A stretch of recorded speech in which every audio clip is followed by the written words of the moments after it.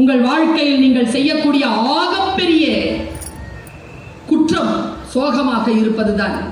மகிழ்ந்திருங்கள், மகிழ்ச்சியாக இருங்கள். மகிழ்வதற்கான வாய்ப்பை தேடாதீர்கள். வாழ்க்கையின் உயிரோடு இருக்கக்கூடிய வினாடிகளே மகிழ்வதற்காகத்தான் தரப்பட்டிருக்கின்றன என்று எழுதுகிறார் ஓஷோ. நான் இப்படி யோசிக்கிறேன். சீசர்ங்கிற ஒருத்தனை எனக்கு ரொம்ப பிடிக்குங்க. அவனை ஜூலியட் சீசர். திருடாதே பாப்பா, திருடாதே. வறுமை நிலைக்கு பயந்து விடாது, திறமை இருக்கு மறந்து விடாது. 10 வயசுல கேட்ட பாட்டு, 14 வயசுல கேட்ட பாட்டு.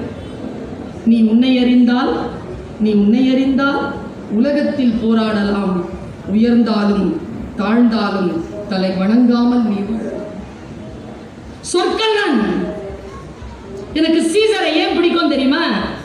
சீசர் பேச்சாளராக வர்றதுக்கு, பேச்சு பயிற்சி பண்றதுக்காக எத்தனையோ கிலோமீட்டர் தாண்டி கடல் பயணம் செய்கிறான். வரலாறு போகும்போது கடற்கொள்ளையர்கள் பிடிச்சிடுறாங்க. அவன் ஒரு தளபதி, அவ்வளவுதான். கடற்கொள்ளையர்கள் பிடித்தவுடன் அவனுடைய சின்ன அந்த இடத்துல நடந்த ஒரு சின்ன விஷயத்தை மட்டும் சொல்லிடுறேன். உங்களில் யாரெல்லாம் சீசருடைய மனநிலையோடு இருக்கிறீர்கள்னு பாருங்க.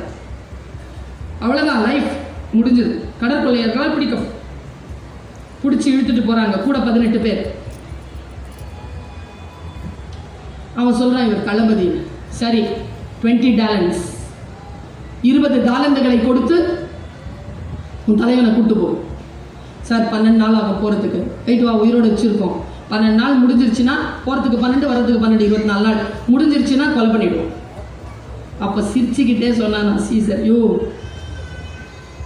பிடிச்சிட்ட, இன்னும் 20 டாலண்டுங்கிற, ஒரு 50வது கேளுடா டே, 20 கேட்குற. சரி 50 போனாங்க. அவன் வரலாற்று ஆசிரியர்கள் எழுதுகிறார்கள், அவர்கள் திரும்பி வருகின்ற வரைக்கும் அவன் அந்த கப்பலிலே ஒரு அடிமை போலவே இல்லை, ஒரு அதிகாரியாகவே வாழ்ந்தான். அவன் எல்லாருக்கிட்டையும் சொல்றான், என்னை கொன்னுடுங்கப்பா, இல்லைன்னா அவங்க வந்துட்டு நீ என்னை விட்டுட்டேன்னா அவங்க எல்லாரையும் நான் கொன்னுடுவேன்னு சொல்லியிருக்கான். அவர்கள் வருகிறார்கள். 50 டாலண்டுகளை வாங்கி அவன் விடுதலை செய்யப்படுகிறான். பக்கத்தில் இருக்கக்கூடிய அந்த நகரத்திற்கு அவன் போய், அங்கே கடற்கொள்ளையர்கள் உங்கள் பகுதியில் இருக்கிறார்கள், நான் இந்த நாட்டின் தளபதி, எனக்கு கடற்படையை தாருங்கள், நான் அவர்களை வென்று வருகிறேன். போய் அந்த 32 பேரையும் பிடிச்சு அந்த ஊருக்கு கொண்டு வந்து 32 பேரையும் சிலுவையில் ஏற்றினான் என்று வரலாறு சொல்கிறது. What a man, what a hero. நீங்களும் நானும் தான் வாய்ப்பு கிடைக்கின்ற பொழுது அந்த பெரிய விஷயத்திற்கு ஆம் சொல்லுகிறோமா, சிறிய விஷயத்திற்கு சரி என்று சொல்லுகிறோமா என்பதில் தானே நம்முடைய வாழ்க்கை சிக்கிக் கொண்டிருக்கிறது.